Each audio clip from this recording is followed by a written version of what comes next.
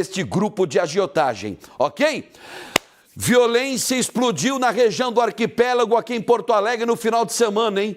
Uma mulher de 41 anos e o pai dela de 61 foram assassinados na tarde de ontem, na Ilha Grande dos Marinheiros. O autor do crime é o ex-companheiro da vítima, né? De uma das vítimas, logicamente.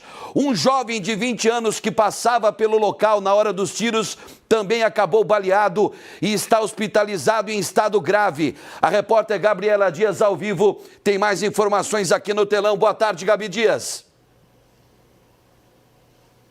Oi, uma ótima tarde para você, para todo mundo que nos acompanha. A vítima, então, de 41 anos, foi identificada como Sheila Lopes da Silva. E também o pai dela, que acabou falecendo na mesma ocorrência, Rogério Santos da Silva. A gente conversa agora com a delegada Valesca, que vai conversar, né, com a gente, tentar explicar um pouco do que aconteceu. Na verdade, eles tinham um relacionamento já de bastante tempo, né? Esse homem era uma tentativa de separação. O que ele acabou alegando nessa ocorrência, delegada? Boa tarde.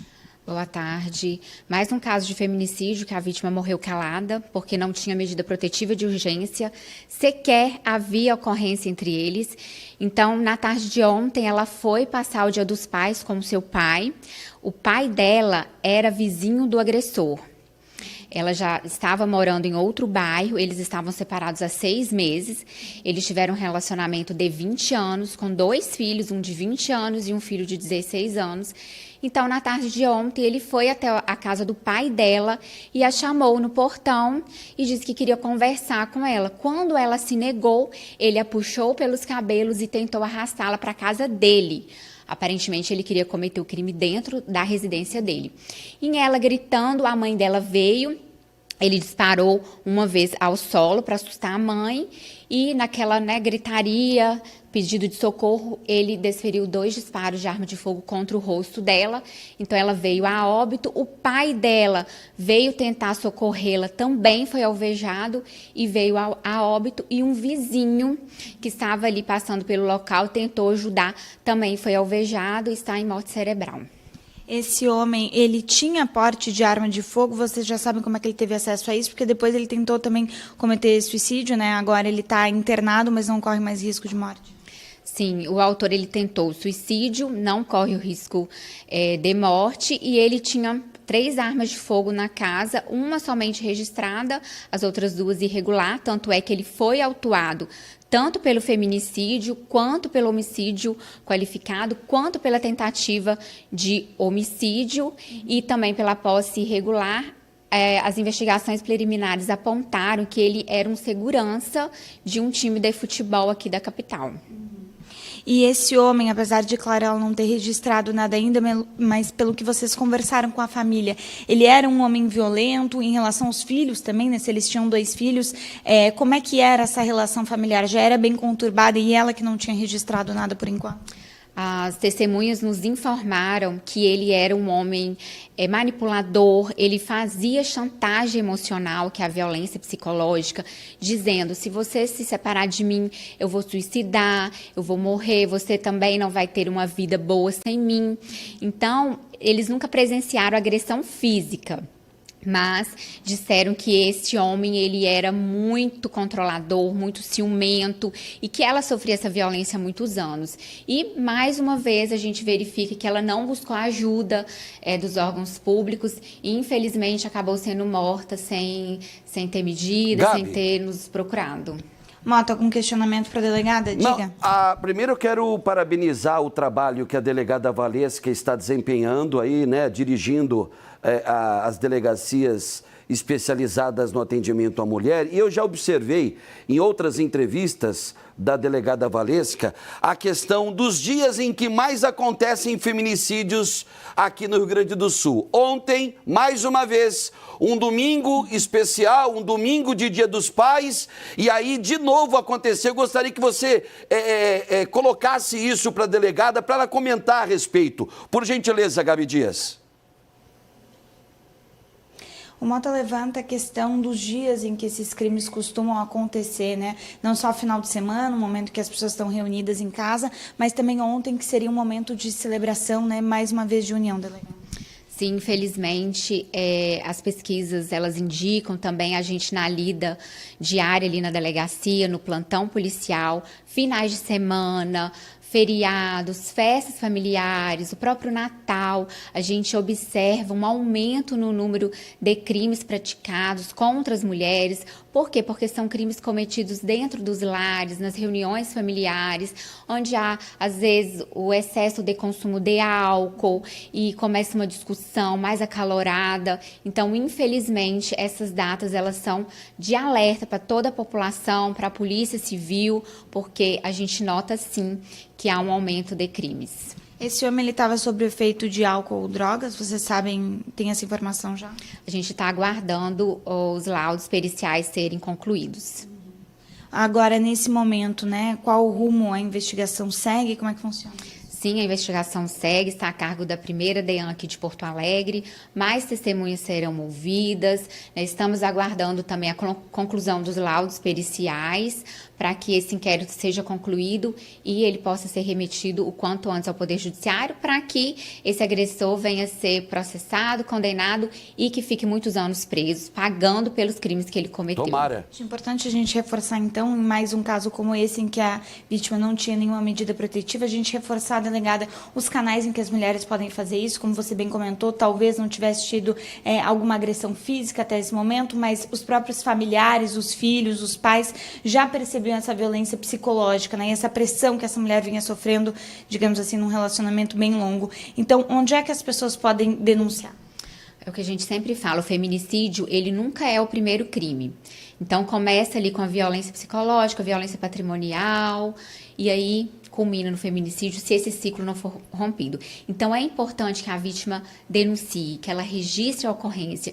Então, se verificou que está ocorrendo aquele crime naquele momento, liga 190. Se sabe que já tem sido vítima há muitos anos, né, ou algum tempo, 180. Além disso, nós temos a Delegacia Online da Mulher, aqui na PCRS, e também medida protetiva online. Ela pode entrar ali, pode registrar.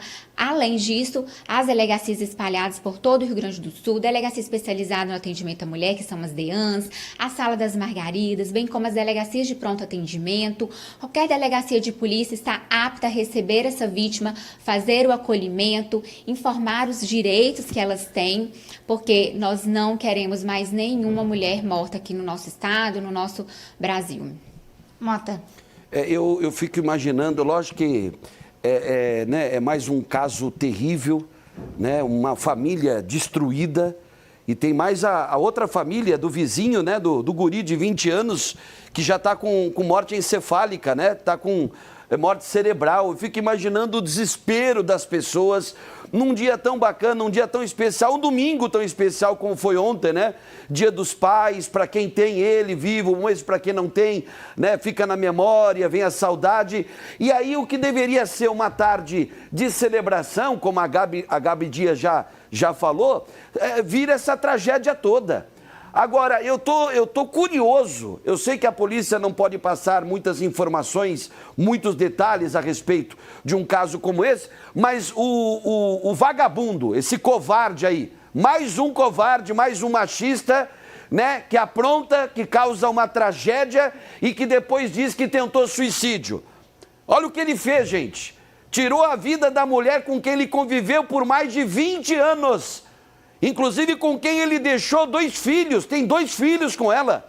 Tá aí a Sheila Lopes, tirou a vida do sogro também, né? Que barbaridade! A vida do garoto, do outro vizinho de 20 anos, esse jovem, que tentou intervir aí, mas acabou, né? Não era nem com ele o negócio, aquela história, a briga de marido e mulher não se mete colher. Tem sim, apesar do que aconteceu a esse jovem de 20 anos, cabe a toda a sociedade. Se você que mora aí num condomínio ou numa rua, casa de rua, e você tem conhecimento de que existe uma mulher que sofre qualquer tipo de abuso por parte do companheiro ou do ex-companheiro, é obrigação de toda a sociedade intervir e acionar as autoridades, né? Buscar ajuda aí, Brigada Militar, Polícia Civil, Judiciário e por aí vai. Agora, o que está, né, coçando aqui atrás da orelha? Ele seria a segurança, o autor dessa tragédia, seria a segurança de um dos times aqui de Porto Alegre, né? Ou do Grêmio ou do Internacional, trabalharia como segurança para um desses dois clubes. Você tem esse detalhe aí, Gabi Dias? A doutora pode fornecer ou não? Delegada, Mota pergunta, né? Claro, um questionamento, uma dúvida que bate pra gente. Vocês podem falar o clube do qual ele era segurança ou não? A princípio, do Grêmio. Trabalharia lá há bastante tempo já? A gente está averiguando se ele era o segurança do próprio estádio, a gente está ainda averiguando qual seria essa situação em relação a... A delegada diz, né, que então eles ainda estão averiguando, mas por enquanto seriam segurança do time do Grêmio. Pode não ser segurança dos jogadores, mas trabalhar na segurança como um todo, né? E, bom, a polícia agora toca a investigação. Ele está sob custódia, ele está hospitalizado, esse vagabundo, não?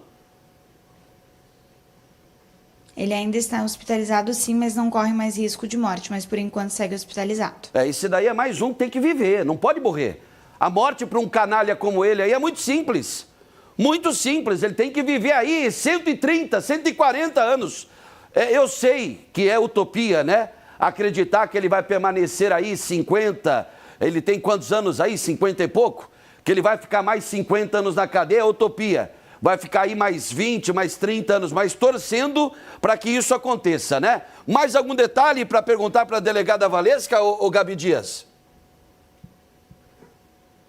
Não, Mota, a gente segue acompanhando o caso e os outros desdobramentos. Eu acho que vale a gente entrar em contato, então, com a assessoria de imprensa do Grêmio e também pedir uma nota para eles, né? É importante, bem lembrado pela Gabi Dias, né? Vamos providenciar, né, Elian, um contato aí com a assessoria de comunicação do Grêmio Futebol Porto Alegrense para saber qual era o papel desse vagabundo que matou a companheira, a ex-companheira com quem ele conviveu por 20 anos, o sogro, né? Porque não tem ex-sogro, tem sogro. E além disso, também aí causou a morte encefálica, a morte cerebral de um guri, né? De um jovem de apenas 20 anos que tentou salvar a vida da Sheila Lopes, né?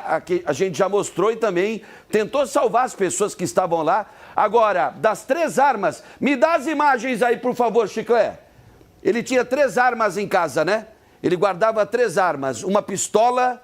Olha aí, ó, uma espingarda, qual que é a outra? Uma pistola, uma espingarda, tinha um punhal, uma faca também, mas ele tinha registro só de uma das armas, né? Só de uma das armas. Vamos torcer, repito, nesse caso aí, morte é pouco para um vagabundo como esse, né? Que é? Pode falar de novo aqui no meu ouvido, pode soprar, Elian. De certa forma é um arsenal, né? Olha aí, tinha 3 carregadores, tem um objeto aí que parece uma arma, mas eu não sei se é. Mas, bom, o trabalho da polícia feito, permanece sob custódia, a gente espera que saindo do hospital, ele vá direto para a cadeia e lá, né, ele foi autuado em flagrante, né, Gabi Dias? Exatamente. E que esse flagrante seja convertido numa prisão preventiva, essa é a nossa torcida, são as nossas orações. Agradeço a gentileza da delegada Valesca de nos atender, Gabi Dias, e daqui a pouquinho eu volto com você, tá? Obrigado. Até já. Até já.